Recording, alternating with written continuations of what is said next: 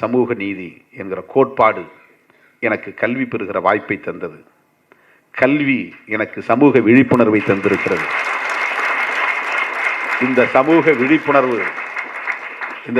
விழிப்புணர்வு எனக்கு எத்தகைய தெம்பை தந்திருக்கிறது, எத்தகைய துணிவை தந்திருக்கிறது என்றால், பரப்பின் அடிப்படையில் அல்லது சாதியின் அடிப்படையில் எவனும் எனக்கு மேலானவன் இல்லை என்கிற சிந்தனையை எனக்கு தந்திருக்கிறது. பொருளாதாரத்தில் என்னை விட உயர்ந்தவன் இருக்கலாம், கல்வியில் என்னை விட உயர்ந்தவன் இருக்கலாம், பதவியில் என்னை விட உயர்ந்தவன் இருக்கலாம், அறிவில் என்னை விட உயர்ந்தவன் இருக்கலாம், ஆற்றலில் என்னை விட உயர்ந்தவன் இருக்கலாம்.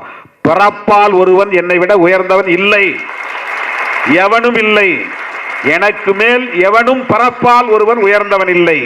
இந்த உணர்வை, இந்த துணிவை எனக்கு தந்திருப்பது நான் பெற்றிருக்கிற சமூக விழிப்புணர்வு.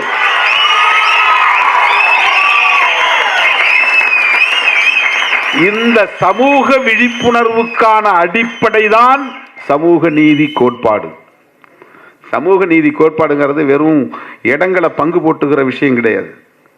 சமூக நீதி கோட்பாடுங்கிறது நம்ம தலையை எண்ணி பாப்புலேஷன் தகுந்த மாதிரி நம்ம பங்கு போட்டுக்கலாம் அதிகாரத்தை அப்படிங்கிறது அல்ல. அது அவன் இருக்கிற இடத்துல அப்படி அப்படியே இருக்க வச்சிரும்.